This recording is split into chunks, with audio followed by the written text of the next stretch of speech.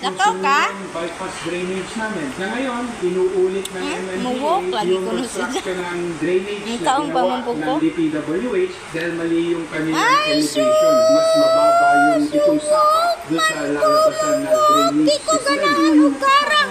Kapakanan, Yang gusto neglect. walk, good nga walk. Kasamang nakuha ni Congressman Chidoro, naglaan ulit ang DPWH Sis! ng 130 Eat sa mama, million eat sa pesos mama. para raw sa drainage system ng Sumulong Highway na mula ng Gawin kay patagat ko. Gusto ko tiga mahitag doon.